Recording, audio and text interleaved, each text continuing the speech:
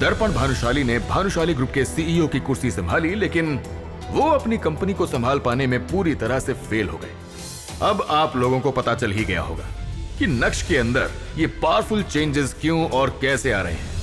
नक्श की बात सुनकर उसके चाचा दर्पण एकदम शॉक्ड रह गए थे। गोल्डन डोमेन सोसाइटी से बाहर आने के बाद जब नक्श ने अपना फोन चेक किया तो उसके व्हाट्सएप पर उसके एक दोस्त का मैसेज था। अबे तू कहाँ रह गया? आ रहा है ना? लेट मत कर। दरअसल आज अनिका की फैमिली गैदरिंग अटेंड करने से पहले नक्श को अपनी हाई स्कूल रियूनियन में जाना था। ग्रेजुएशन के बाद इतने सालों में नक्श पहली बार अपने किसी कॉलेज या स्कूल रियूनियन में जा रहा था। इतने सालों में नक्श अपने किसी भी दोस्त से नहीं मिला था। नक्श सोचने लगा कि स्कूल के दिनों में वो कितना खुश रहा करता था। उसकी आंखों के सामने बचपन के वो सभी पल नाचने लगे थे। सर के कार की हवा निकाल के डांट खाना और डांट खाने के बाद भी दोस्तों के साथ खिलखिलाना, दोस्तों से लड़ाई करके उन्हें रुला देना और फिर उसके बाद जब दोस्त गुस्सा होकर बात करना बंद कर दे तो उसे जाकर सॉरी बोलना। बचपन भी कितना मासूम था। नक्श को इस समय स्कूल में की हुई सारी मस्ती याद आ रही थी। उसे यह भी एहसास हो रहा था कि वो दुनिया इस दुनिया से कितनी अलग थी। किताबों का बोझ कंधों पर होने के बावजूद भी वो जिंदगी कितनी खुशनुमा थी। नक्श को यकीन नहीं हो रहा था कि वो इतना जल्दी बड़ा हो गया है। दोस्त कंपटीशन करना, स्कूल भी जैसे अपने आप में ही एक पूरा संसार था। न दुनिया का डर था और न ही दुनिया से लड़ने की ख्वाहिश थी। नक्श इन ख्यालों के साथ अभी आगे बढ़ ही रहा था कि तभी उसे अचानक कुछ याद आया और उसने मन ही मन कहा, आज अगर शिवानी वहां हुई तो? दरअसल शिवानी वो लड़की थी जिसे नक्श स्कूल के दिनों में पसंद करता था और उसके करीब जाने के लिए उसने काफी पापड़ भी बेले थे। नक्श के सारे दोस्त उसे शिवानी के नाम से चिढ़ाते भी थे, लेकिन एक रिजेक्शन के बाद नक्श के दिमाग से शिवानी का सारा भूत उतर गया था और उसने दोबारा कभी शिवानी के करीब जाने की कोशिश नहीं की थी। यही वजह थी कि स्कूल वाले प्यार की ये कहानी स्कूल खत्म होने के साथ ही खत्म हो गई थी। स्कूल के बाद एक दो बार नक्श ने शिवानी को फेसबुक और इंस्टाग्राम पर देखने की भी कोशिश की थी, पर अनिका से मिलने के बाद उसकी ये खोज खबर भी खत्म हो गई। हालांकि अब शिवानी के लिए नक्श के दिल में कोई जगह नहीं थी, लेकिन फिर भी वो दोबारा शर्मिंदा होने से बचना चाहता था। रीयूनियन के बारे में सोचकर नक्श को शिवानी से मिलने का डर तो था ही, पर वो रीयूनियन पार्टी के लिए लेट नहीं होना चाहता था। उसे जल्दी से जल्दी तैयार होकर पार्टी के लिए निकलना था। अब नक्श पहले वाला नक्श नहीं रहा था। भले ही वो अभी ऑटो से ट्रैवल कर रहा था, लेकिन उसके अंदर एक गजब का कॉन्फिडेंस आ गया था। वो अपने आप को पहले से अच्छा महसूस कर रहा था। दूसरी तरफ अंजी कॉर्पोरेशन में अनिका मीटिंग रूम से बाहर आ रही थी। वो काफी सीरियस लग रही थी, जैसे मानो कंपनी के रिजल्ट्स में कोई सुधार ना आया हो। उसने कुछ एम्प्लॉइज को बातें करते हुए सुना और वो सब लोग नक्श के बारे में ही बात कर रहे थे। ये देखकर अनिका की आंखें बड़ी हो गई। उसके ऑफिस के एम्प्लॉइज ऑफिस टाइम में काम न करके रिसेप्शन में गप्पे मार रहे थे।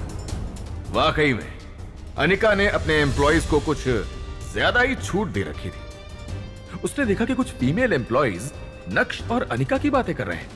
दुनिया में इतने अजीब आदमी भी होते हैं ना। तेवर तो देखो इसके, करता धरता कुछ नहीं है।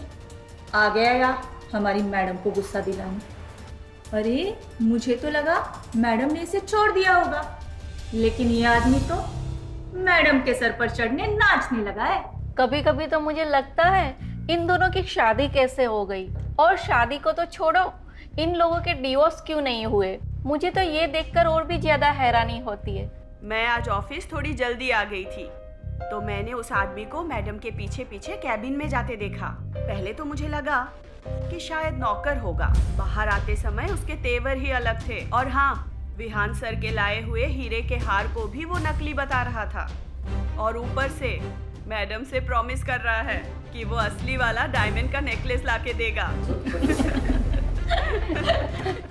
मुझे तो समझ नहीं आता, उसने अपनी जिंदगी में हीरे देखे भी होंगे जो फालतू में जौहरी बन के घूम रहा है। अरे तुम लोगों को याद है, 1 साल पहले वो आदमी अपने ऑफिस में आया था अपना इलेक्ट्रिक स्कूटर को लेके।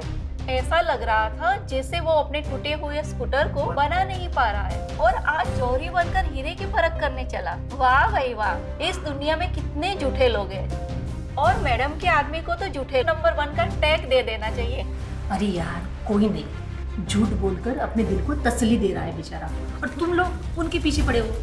ये बोलने के बाद उमा भी खिलखिलाते हुए हंसने लगी और उमा के साथ साथ वहां बैठे बाकी लोग भी ठहाके लगाकर हंसने लगे थे। तभी अचानक से उमा ने पीछे मुड़कर देखा तो पाया कि अनिका पीछे ही खड़ी थी, उनकी सारी बातें सुन रही थी।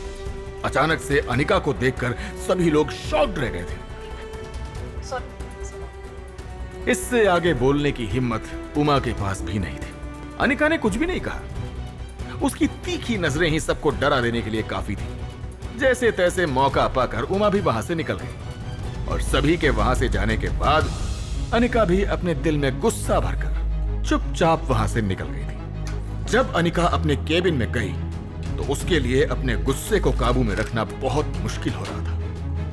तो उसने अपने हाथ में पकड़े कॉफी मग को पूरी ताकत से जमीन पर दे मारा। ऐसा अक्सर होता रहता था, इसलिए ऑफिस में काम करने वाले लोगों को इसकी आदत हो गई थी। अनिका को समझ नहीं आ रहा था कि वो कैसे अपने एम्प्लॉइज को अपने बारे में बात करने से रोके। हर बार तो वो किसी के पीछे जाकर उन्हें धौंस नहीं दिखा सकती थी। उसकी कंपनी में इतने सारे काम करने वाले हैं, किसको रोकेगी अनिका? ये सोचकर उसे और भी ज्यादा गुस्सा आ रहा था और साथ ही साथ नक्श उसकी आंखों में चुभता जा रहा था।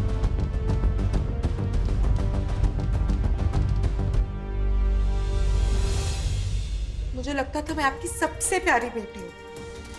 आप जिसको भी मेरे लिए चूज करोगे सोच समझ के चूज करोगे, इसलिए ना मैंने कभी किसी को डेट किया, ना मैं किसी के साथ रिलेशनशिप में आई। यहाँ तक कि मैंने शादी के लिए भी कोई शर्त नहीं रखी। और आपने क्या किया, मुझे इस गधे के साथ बांध दिया और मैंने फिर भी कुछ नहीं बोला। लोग कहते हैं कि माँ बाप ना अपने बच्चे के लिए जो भी करते सोच समझ के करते, और आपने मेरे साथ क्या किया। बल्कि कभी कभी लगता है कि बस आपको एक आखिरी काम करना था, वो आपने किया, चले गए। अनिका के मन में यह भी चल रहा था। अपने दिल की बात अपने पापा के सामने रखने के बाद अनिका फूट फूट कर रोने लगी थी। जब भी अनिका नक्श की हरकतों से परेशान होती थी तब वो अपने पापा के डिसीजन पर सवाल उठाती। लेकिन आज पहली बार अनिका ने अपने पापा को एक केयरलेस पिता घोषित कर दिया था। अनिका का दिमाग इतना ज्यादा खराब हो गया था कि वो दिन भर केबिन से बाहर ही नहीं निकली थी।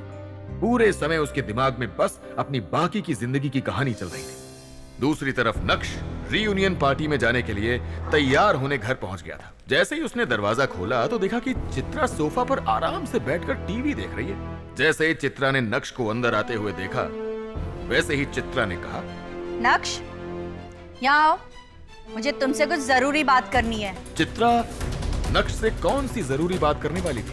क्या अनिका को इस बात के बारे में पता होगा? क्या चित्रा नक्श और अनिका का डाइवोर्स करवाने वाली है? क्या बदले हुए नक्श की सच्चाई जानकर अनिका को उसमें अपना प्यार दिखने लगेगा? या फिर आज की रीयूनियन पार्टी में नक्श को उसकी शिवानी मिल जाएगी? क्या नक्श और शिवानी के बीच में प्यार का सिलसिला फिर से उठेगा? क्या नक्श अनिका को छोड़कर शिवानी का दीवाना होगा? सुनिए नक्श और अनिका की एक गोलमाल love story, insta empire, only on Pocket FM.